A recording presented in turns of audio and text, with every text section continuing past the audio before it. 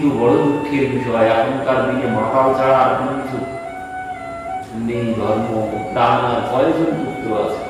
পিতা মাতারাই বলে এসব করার দরকার নেই, পিতা মাতারাই এই পথে আটকে দেয়, নিজের পুত্র কন্যাকে এই পথে আটকে দেয় না বর্তমান যুগের পিতা মাতারাই। তারা উদ্ধার পাবে কি করে? কিছুতেই সম্ভব নয়। আর এই যে আমরা আত্মহত্যা বলি যে উদ্ধার হয় না, কারা? আমরা বলি উদ্ধার পায় না গলায় দড়ি দিয়ে মরলে, বিষ খেয়ে মরলে, ট্রেনের তলায় কাটা গেলে, তাদের বলি যে তারা উদ্ধার প্রাপ্ত হয় না। কিন্তু না, আমরা এইগুলোকে আত্মহত্যা বলি, কিন্তু ভাগবতে কপিল ভগবান পরিষ্কার বলে দিয়েছেন আত্মহত্যার দলে কারা কারা পড়ছে। শুধু এইগুলো নয় আত্মহত্যা, আত্মহত্যা হচ্ছে যিনি মানব শরীর লাভ করার পরে গুরুর চরণ আশ্রয় করল না, ভগবানের নাম আশ্রয় করল না, শুধু এলো আর গেল। সব আত্মহত্যার দলে তারা সবাই প্রেতজনী লাভ করবে, সবাই প্রেতজনী লাভ করবে, যেভাবে ধুন্ধুকারী প্রেতজনী লাভ করেছিল। তো সেই ধুন্ধুকারী উদ্ধার কি করে হলো? ধুন্ধুকারী উদ্ধার কি করে হলো? ধুন্ধুকারী যখন মৃত্যুবরণ করেছে, কিভাবে মৃত্যুবরণ করলো? ধুন্ধুকারী চুরি ডাকাতি করে বেড়াতো। তো পিতা এই কষ্টে আর ওই যে প্রথমে কষ্ট ছিল, মরতে গিয়েছিল মনে, সন্তান নেই কেন, কিন্তু পরবর্তীতে সেই আপনাদের ব্রাহ্মণ পুনরায় মৃত্যুবরণ করতে গেছেন। কেন বলছেন? কতিষ্ঠমি কবচ্ছমি কমে দুঃখীয় ব্যবহয়ে প্রণাস ত্যাগামি দুঃখেন আকষ্টম মম সমস্তিতম। আমি কোথায় যাব? আমার এই দুঃখ আমি কাকে জানাবো? এই জীবন আমি আর রাখবো না, আমি প্রাণ ত্যাগ করবো। কেন? ওই ধুন্ধুকারী হয়েছে মহা ডাকাত, ঘরে ঘরে গিয়ে চুরি করে। প্রথমে সন্তান ছিল না, তো এবার ওই ব্রাহ্মণ ঋষিবর যখন জিজ্ঞাসা করেছিলেন তখন এই সমস্ত কারণ বললেন। তখন ঋষিবর এনাকে অনেক বুঝিয়েছেন, সংসারের স্বরূপ এনাকে বোঝালেন, কিছুতেই কোনো কিছু বুঝলেন না। শেষে বলছেন, দেখুন অমন জ্ঞান আমারও আছে, আমাকে অত জ্ঞান দিতে হবে না, আমিও ভাগবত পাঠ করে বেড়াই, আর এই সমস্ত জ্ঞানের কথা আমিও নিজে সবাইকে শোনাই, আপনাকে আমাকে জ্ঞান দিতে হবে, আমি নিজেই এই সমস্ত জ্ঞানের কথা সবাইকে শুনিয়ে বেড়াই। আপনি আর কি বুঝবেন? আপনি সংসার করেননি, আপনি সন্তানের মর্ম কি বুঝবেন? ঋষি বোঝাচ্ছে যে সংসারে পুত্র কন্যা দিয়ে সুখ হয় না, সুখী হতে গেলে ভগবানের চরণ আশ্রয় করতে হবে, ভগবানের ভজনা করতে হবে, ও সমস্ত সবকিছু ত্যাগ করে। কিন্তু কোনো কিছু গ্রহণ করছেন না, কোনো কথাই তিনি নিচ্ছেন না। বলছেন আপনি আমাকে জ্ঞান দেবেন না, ওই সমস্ত জ্ঞান আমি নিজে সবাইকে দিয়ে থাকি। কারণ ওই যে বললাম সর্ববেদ বিশারদ, তিনি যেমন তেমন ব্যক্তি নন, সেই ব্যক্তি বলছেন। আর আমরা কি বলব? সেই ব্যক্তি এই কথা বলছেন কেন? কারণ এই ভগবানের মায়া, দৈবী ঋষা গুণময়ী মম মায়া দূরত্বয়া, এই মায়া বড় কঠিন।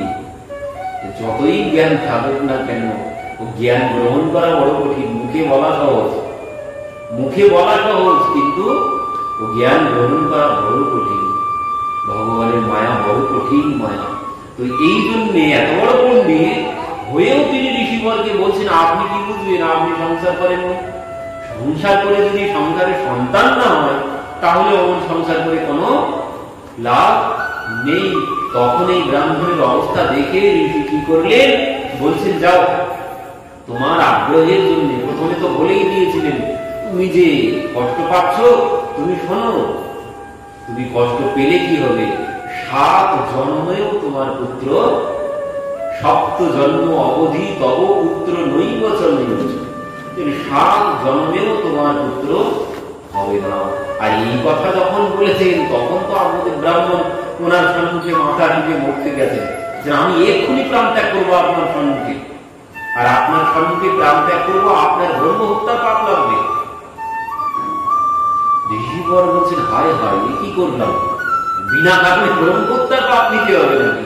তখন এই আগ্রহ দেখে তখন বলছেন তস্য আগ্রহম সমলক্ষ্য ফলমেকম সদত্যবান ইদম ভক্ষয় তৎনত্যম তৎপুত্র ভবিষ্যতি।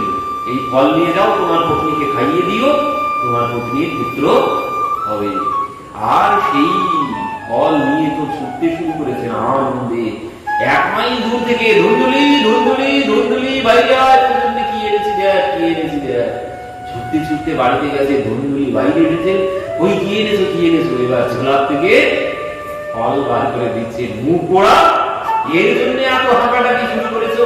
আমি ভাবলাম সোনার হার কানের দুল এনেছো, এই ফলের জন্য এত চিল্লাচিল্লি করছো যে ওরে যেমন তেমন ফল না, এই ফল খেলে তোর গর্ভে সন্তান আসবে। এই কথা যখন বলেছি বলছে তুই তাড়াতাড়ি খেয়ে নে, ঋষির দেওয়া ফল, এই ফল খেলে তোর গর্ভে সন্তান আসবে। তো বলছি ও ঋষির দেওয়া ফল, এই ফল খেলে সন্তান আসবে, তো এই ফল কি করে এইভাবে খাই? ঋষির দেওয়া ফল সন্তান হবে তো পবিত্র ভাবে খেতে হবে। আমি স্নান করি, পবিত্র পোশাক ধারণ করি, তারপর ফল ভক্ষণ করবো। ঠিক বলেছিস, এই না হলে তুই আমার পত্নী। ঠিক বলেছিস, এই বলেই তাহলে তুই স্নান করে পবিত্র হয়ে ফলটা খেয়ে নিস। হ্যাঁ খেয়ে নেব, এই বলেছে। এবার আমাদের ব্রাহ্মণ কি করেছে, খেয়ে নিস কিন্তু বলে ইনি বেরিয়ে পড়েছে। পাড়ায় পাড়ায় সবাইকে এবার নিমন্ত্রণ করতে শুরু করেছে। তোমরা তো কেউ আমার বাড়িতে যেতে না, এবার আমার বাড়িতে যেও, আমার সন্তান হবেই হবে। নিমন্ত্রণ দিতে শুরু করে দিয়েছে 10 মাস আগের থেকে। এদিকে যেই ব্রাহ্মণ চলে গেছে এর মন পরিবর্তন হয়ে গেছে। কারণ পাপী ব্যক্তি, দুষ্ট ব্যক্তি যদি সৎসঙ্গ করে তাহলে তার মন পরিবর্তন হবে, সব ব্যক্তির প্রভাব তার উপরে পড়বে। আর যেই সব ব্যক্তির থেকে সে দূরে চলে যাবে তার ভিতরটাই আবার ফুটে উঠবে বাইরে।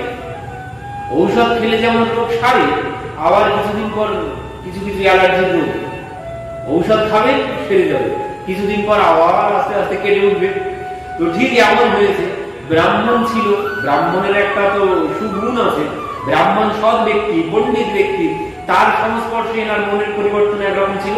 যেই ব্রাহ্মণ চলে গেছে এনার মন পরিবর্তন হয়ে গেছে, আর যেই মন পরিবর্তন হয়ে গেছে এর নিজস্ব চিন্তা ভাবনা যেই উঠেছে, এবার নিজস্ব চিন্তা ভাবনায় ভাবছে এই ফল যদি আমি খাই, আমি যদি গর্ভবতী হয়ে যাই, আর ঋষির দেওয়া ফল আমার স্বামী ভাগবত পাঠ করে আমি শুনেছি, সুখদেবজি মায়ের গর্ভে 14 বছর ছিল, প্রহ্লাদ মহারাজ কতদিন বসেছিল মায়ের গর্ভে। তো আমার যদি এমন হয়, তখন যদি ঘরে চুরি ডাকাত চোর ডাকাত আসে, ঘরে যদি আগুন ধরে যায়, আমি কি করে পালাবো? তারপরে ওই সন্তান জন্ম দিতে গেলে তো অনেক প্রাণও ত্যাগ করে, আবার তো যন্ত্রণাও অনেক ভোগ করতে হয়। এই যন্ত্রণা কে ভোগ করবে? এই কথা আশপাশে সবার সঙ্গে বলেছে, সবাই বলছে ওসব তুই যা, আমরা ওসব জানি না, তোর মাথায় এমন চিন্তা ভাবনা, আমাদের মাথায় তো এমন চিন্তা ভাবনা আছে, তুই যা পারিস তাই কর। তো নিজের বোনের কাছে গেছে, বোনকে এই সমস্ত কথা যখন বলেছে, বোন বলছে তোর কোনো চিন্তা করতে হবে না, আমি গর্ভবতী, আমার সন্তানটা তোকে দিয়ে দেবো। তো ফল কি করবো? ফল তোদের গাভীটার তো কোনো সন্তান হয় না, তো গাভীটাকে খাইয়ে দিবি। এই কথা মতো সে সেই ফল গাভীকে খাইয়ে দিল। এই কিছুদিন নাটক করতে লাগলো, ব্রাহ্মণকে বাড়ি থেকে পাঠিয়ে দিল। এবার বোনের ছেলেকে বাড়ি নিয়ে এলো, ব্রাহ্মণকে খবর দিল বাড়ি এসো। ব্রাহ্মণ বাড়ি এসেছে, পাঁচি পুঁতি খুলে বলছে নাম রাখি। তুমি কি নাম রাখবে? আমি তো ছেলের নাম ঠিক করেই রেখেছি, আমি এতদিন কষ্ট করেছি, আর তুমি কি নাম রাখবে? কি ঠিক করে রেখেছিস? আমার নাম ধুন্দুলি, তো আমার নামের সাথে মিলিয়ে আমি নাম ঠিক করে রেখেছি, আমার ছেলের নাম হবে ধুন্দুকাল। নাম রাখলো ধুন্দুকাল। পরবর্তীতে তার 3 মাস পরে সেই গোমাতার একটি সন্তান হলো। তবে কি বলছেন, সেই সন্তানের বর্ণটি সর্বাঙ্গ সুন্দরম দিব্যম নির্মল কনকপ্রভম। সর্বাঙ্গ সুন্দর, দিব্য শরীর, নির্মল কনকপ্রভম মানে স্বর্ণের দুটি সেই সন্তানের শরীরে। তো কর্ণ দুইটি শুধুমাত্র ধেনু কর্ণের মতো, তাই তার নাম রাখলেন গোকর্ণ। তো দুইজনা একসাথে বড় হলো, একই গুরুকুলে অধ্যয়ন করলো, কিন্তু কি হলো, কিয়ৎকালেন তৌ জাতৌ তরৌ তনুবতৌ গোকর্ণ পণ্ডিত জ্ঞানী ধুন্দুকারী মহাফলা হয়ে গেল। একসাথে বড় হয়েছে, কিন্তু বীজের প্রভাব তো আছে। তার জন্য দুইজন দুই রকম হয়ে গেছে, একজন ডাকাত একজন পণ্ডিত। এই যখন ডাকাতি করতে শুরু করেছে আমাদের ব্রাহ্মণ বলছেন এবার কি করবো, তো এবার আর বাইরে বার হতে পারছেন না, পুনরায় মরতে গেছেন। তো এবার কি হয়েছে, এবার নিজের ছেলে বোঝাতে শুরু করেছে, সেই গোকর্ণ।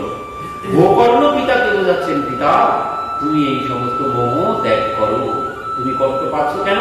তুমি ভাবছো যে তোমার ছেলে ডাকাত তাই, তোমার ছেলে চোর তাই, তো এই জন্য তুমি কষ্ট পাচ্ছ। জগতে কি আর কোনো চোর ডাকাত নেই? আর কোনো চোর ডাকাত নেই? আর তো চোর ডাকাত আছে, সবাই বর্তমানে চোর ডাকাত। এখন অধিকাংশ বড় বড় অফিসার সব চোর ডাকাত। তো জগতে চোর ডাকাতের অভাব নেই, তো তুমি কষ্ট পাচ্ছ কেন? তুমি তাদের জন্য কষ্ট পাচ্ছ না, তুমি কষ্ট পাচ্ছ তোমার ছেলে চোর ডাকাত, তোমার ছেলে ডাকাত তাই তুমি কষ্ট পাচ্ছ। কেন? এই তোমার শব্দ মানে আমার শব্দ, আমার ছেলে, এই যে আমার, এই আমার শব্দের জন্য, এই মোহ, এই মোহের জন্য তুমি কষ্ট পাচ্ছ। তো পিতা তুমি এই মোহ ত্যাগ করো। কি মোহ? বলছেন দেহে অস্তি মানুষ রুধিরে বিমতিম তেজস্যম জায়া সুতা দিশু সদা মমতাম বিমঞ্চ। পুত্র কন্যা নিজের শরীরের প্রতি মোহ ত্যাগ করতে হবে, তাহলে আর কোনো দুঃখ থাকবে না। আর কি করতে হবে? পশ্যনিষম জগদিদম সনভঙ্গমিষ্ট্যম বৈরাগ্য রাগ রসিক ভব ভক্তি নিষ্ঠ। যে একমাত্র বৈরাগ্যেই সুখ, সুখ একমাত্র ত্যাগে, ভোগে কোনোদিন সুখী হওয়া সম্ভব নয়। ভোগে কোনোদিন মন ভরবে না, ত্যাগেই সুখ পাওয়া সম্ভব। তো এই জন্য বলছেন পিতা ধর্মম বজস্ব সতত ত্যাজ লোক ধর্মান। এই কথা কি বলেছে? এই কথা গোকর্ণ, এই কথা ভগবান গীতায় বলেছে। সর্বধর্মান পরিত্যাজ্য মাম একম শরণম ব্রজ। সেই কথাই গোকর্ণ পিতাকে বলছেন, ধর্মম ভজস্ব সতত ত্যাজ লোক ধর্মান। ওই লোক ধর্ম, যত প্রকারের সাংসারিক লোক ধর্ম আছে, সমস্ত ধর্ম সব ত্যাগ করো, করে শুধুমাত্র ভগবানের আরাধনা করো। এই অনেক এখানে গোকর্ণ গীতা অনেক জ্ঞান দিয়েছেন। তো সেই জ্ঞান গ্রহণ করে তিনি সব ছেড়ে চলে গেছেন, ভগবানের আরাধনা করলেন, ভগবান পেলেন, তিনিও ভগবত ধাম গমন করলেন। এদিকে কি হলো? এদিকে যেই আপনাদের ব্রাহ্মণ চলে গেছে, ধুন্ধুকারী এবার মাকে বলছে বল বাবা মালপত্র সব কোথায় রেখে গেছে। না বললে উনুন থেকে জ্বলন্ত কাষ্ঠ বার করেছে, সেই দেখ তোকে পুড়িয়ে মারবো না বললে। তো এবার মা তো ভয় পেয়ে ছুটতে শুরু করেছে, ছুটতে ছুটতে কুয়োর মধ্যে গিয়ে পড়ে মারা গেল। তো এবার কি হলো? গোকর্ণ ভাবছেন পিতা গেছে, মাই ভাবে গেল, এবার বুঝি আমার পালা, ওর থেকে আমি দিন থাকতে দিনের নাম নিই। এই জন্যে গোকর্ণ বলছে ভাই আমি ভাবছি আমি তীর্থ ভ্রমণে যাবো। তো বলছে এক্ষুনি চলে যাবে। সঙ্গে সঙ্গে গোকর্ণ চলে গেল। এবার সে কি করলো? সে বাড়িতে 4-5 জন বেশ্যা নিয়ে এলো, চুরি ডাকাতি করে তাদের ভরণ পোষণ করে। একদিন কি করেছে? ওই গ্রামেই চুরি করেছে, করে যখন এনে তাদের কাছে দিয়েছে, তারা তো দেখে অবাক, এত কিছু সোনা দানা গয়নাগাটি। তো বলছে তুমি কোথা থেকে পেয়েছো? বলছেন ওরে চুপ কর, কাউকে বলিস না, জমিদারের ঘরে চুরি করেছে। এবার যখন ঘুমিয়েছে রাত্রিতে, এরা সবাই যুক্তি করছে এ তো জমিদারের ঘরে চুরি করেছে, মানে এ ধরা পড়বে, এ ধরা পড়বে, আর এ ধরা পড়লে আমরাও ধরা পড়বো সাথে। তো কি করবি? বলছে একে এখন মেরে ফেলা ছাড়া আর কোনো উপায় নেই। তো কি করেছে? ওই খাটিয়ার সাথে ভালো করে বেঁধেছে, বেঁধে ওই ঘুমন্ত অবস্থায় মুখে জ্বলন্ত কাঠ দিয়ে চেপে চেপে, মুখের মধ্যে জ্বলন্ত কাঠ দিয়ে দিয়ে তাকে মেরে ফেলেছে।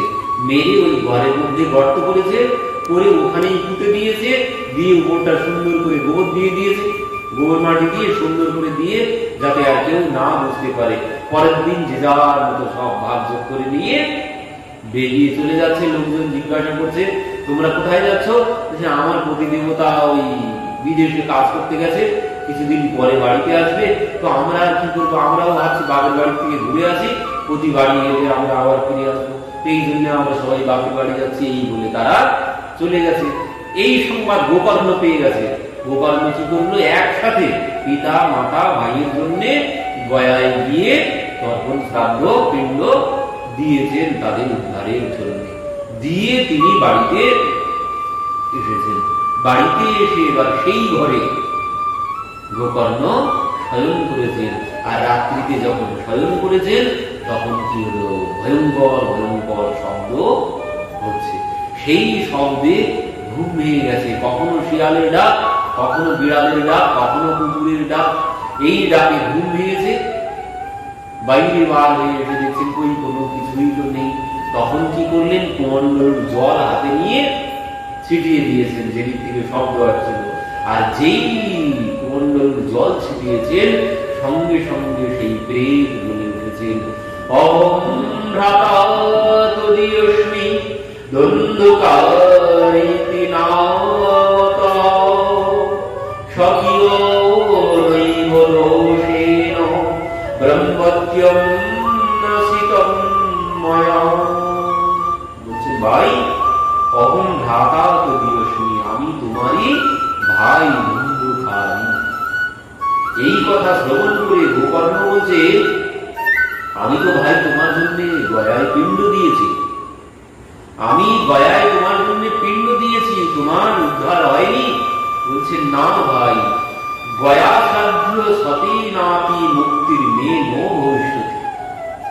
গয়ায় শতবার যদি আমার জন্য তুমি পিণ্ড দাও তবুও আমার উদ্ধার হবে না। কেন? আমি যে পাপ কর্ম করেছি সেই পাপের জন্য আমি প্রেত যোনি লাভ করেছি। আর প্রেত যোনি লাভ করলে গয়ায় পিণ্ড দিলেও কোনো কিছু হবে না। সে কি কথা, গয়ায় পিণ্ড দিলেও কোনো কিছু হবে না তোমার? যে হ্যাঁ ভাই, গয়ায় পিণ্ড দিলেও আমার জন্য কোনো কিছু হবে না। তো তাহলে বলছেন ভাই, আমি বড় কষ্ট পাচ্ছি, তুমি আমার জন্য আমার উদ্ধারের ব্যবস্থা করো। গোকর্ণ চিন্তায় পড়ে গেছেন, উদ্ধারের ব্যবস্থা তো গয়ায় পিণ্ড দেওয়া, সে তো আমি করেছি। তো বলছে না ভাই, আমি বড় কষ্ট পাচ্ছি এই প্রেত যোনিতে, তো তুমি আমার জন্য উদ্ধারের ব্যবস্থা করো আমার যেভাবে হোক।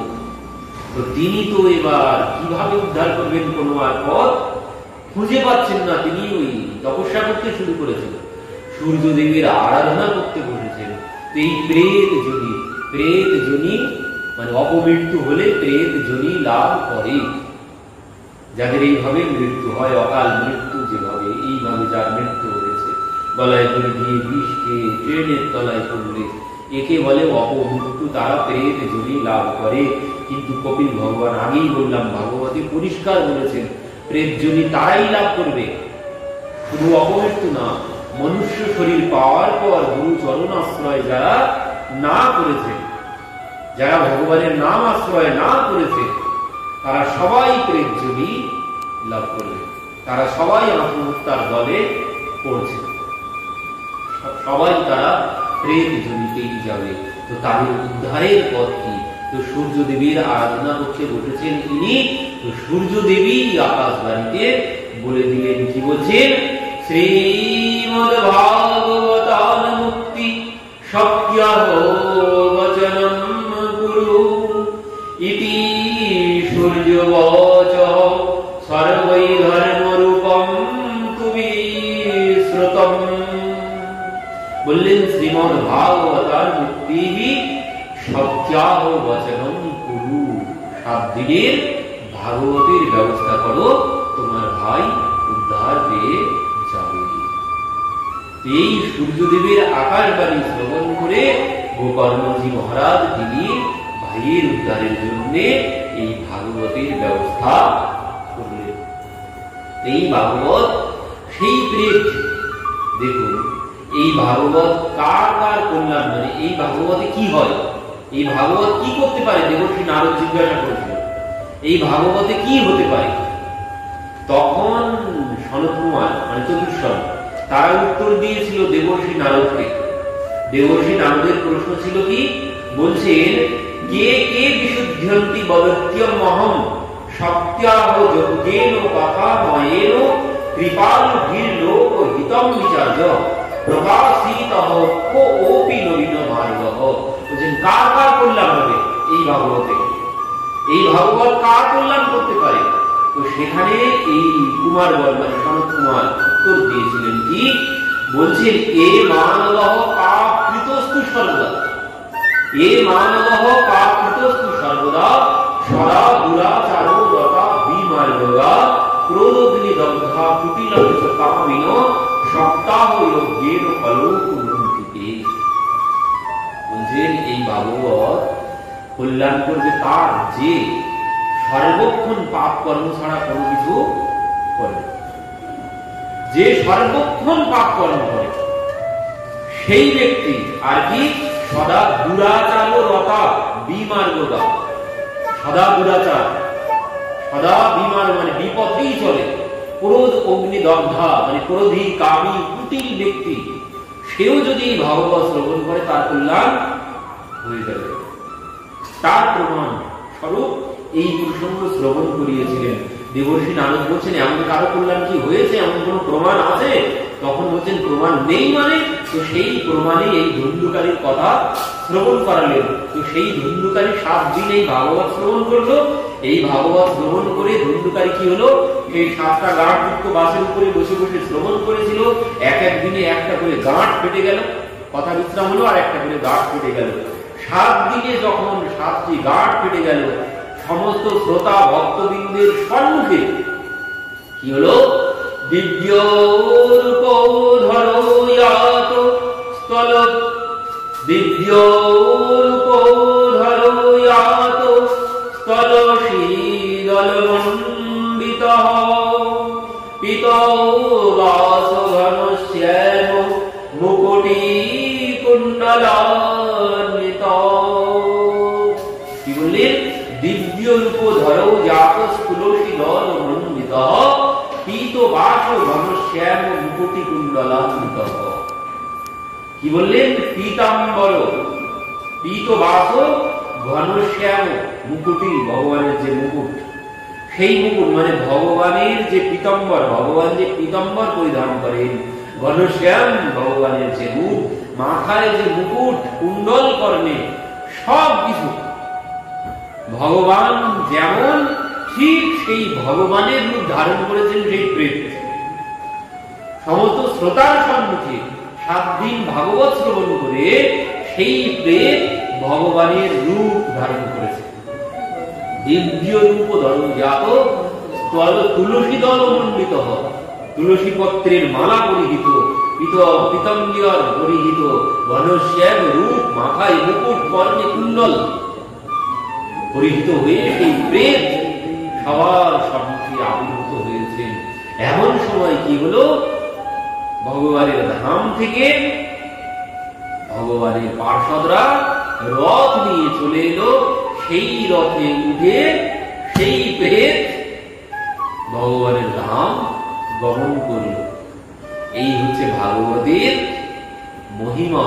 আর এই দেখে শ্রোতাবৃন্দ কি বলছেন, ধন্য ভাগবতী বার্তা প্রেত পীড়া বিনাশিনী শক্তিয়ারূপী তথা ধন্য কৃষ্ণ লোক ফলপ্রদ। ধন্য ভাগবত, ভাগবত মহাপ্রাণ কি যে ভাগবত 7 দিন শ্রবণ করলে ভগবানের ধাম যাওয়া যায়। ধন্য সেই ভাগবত, যে ভাগবত শ্রবণ করলে 7 দিন শ্রবণ করলে ভগবানের ধামে যাওয়া যায়। তো এই হচ্ছে ভাগবতের মহিমা। তো প্রেত যদি লাভ করে সে ভগবানের ধাম গেল, মানে কি সে ওই মহালয়ে চলে গেল। এই ভাগবত কথা শ্রবণ করি। তো এই হচ্ছে মহালয়। মহালয়ার তাৎপর্য হচ্ছে এই। তবে এবার এই যে তর্পণ শ্রাদ্ধ, তো তর্পণ শ্রাদ্ধ করে বর্তমান যুগে উদ্ধার প্রয়োজন পিতামাতা হবে তার কোন ঠিকানা নেই। তার জন্য মানে সবার জন্য এই ব্যবস্থা একমাত্র ভাগবতই আছে। এই ভাগবতই পারে যে যত বড় পাপী হোক আর যাই হোক না কেন, একমাত্র ভাগবতী পারে সবাইকে ওই মহালয়ে পৌঁছে দিতে। একমাত্র এই ভাগবতের ক্ষমতা আছে, আর অন্য কারো ক্ষমতা নেই। কারণ বর্তমান যুগের পুত্র কন্যার অবস্থা অন্য রকমের। তারা তখন শ্রাদ্ধ করলে কয়েকজন পিতামাতা যে মহালয়ে যাবেন তার কোনো গ্যারান্টি নেই। আরেকটা পথ আছে, আরেকটি পথ হচ্ছে কি, আরেকটি পথ হচ্ছে এই ভাগবতে সুখদেবজি বলেছেন, কবিরাজ গোস্বামী বলেছেন যে শ্রীয়তাম শ্রীয়তাম নিত্যম সদা সিদ্ধিয় শ্রীমদ ভাগবতী বার্তা, সর্বক্ষণ শ্রবণ করতে বলেছেন। কেন বলছেন, এই কথা শ্রবণ করতে করতে মনে প্রাণে যখন এই কথা বসে যাবে তখন কি হবে, মৃত্যুকালে আর ওই সংসারের কথা তোমার আর মনে আসবে, মায়ার সংসার আর মনে আসবে না। মৃত্যুকালে যদি তুমি এই ভাগবত চিন্তন করতে করতে, ভগবানের কথা চিন্তা করতে করতে তুমি মৃত্যুবরণ করতে পারো, যেভাবে পিতামহ ভীষ্মদেব, যেভাবে হরিদাস ঠাকুর এনারা দেখিয়ে গেলেন পথ কিভাবে মৃত্যুবরণ করতে হয়।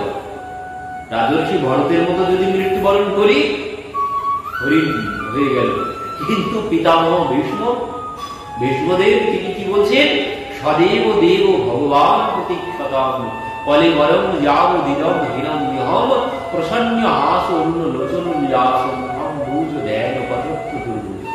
বলছেন, প্রভু তুমি আমার সম্মুখে দাঁড়াও, আমি তোমাকে দর্শন করতে করতে এই শরীর ত্যাগ করতে চাই।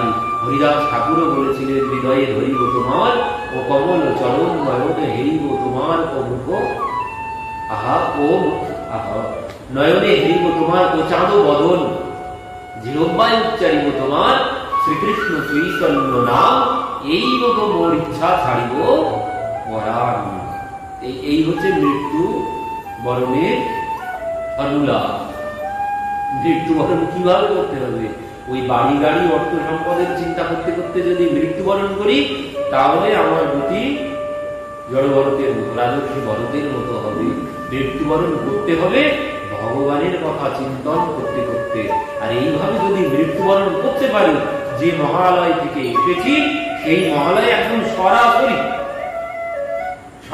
তৎকাল থেকে ফিরে গেলাম, আমার আর কোনো দিকে আর ফিরে তাকাতে হবে না। কে আমার শ্রাদ্ধ করলো, কে আমার তর্পণ করলো না করলো, কোনো কিছু ব্যাপার আর নেই, একদম সোজাসুজি তৎকাল ফিরে।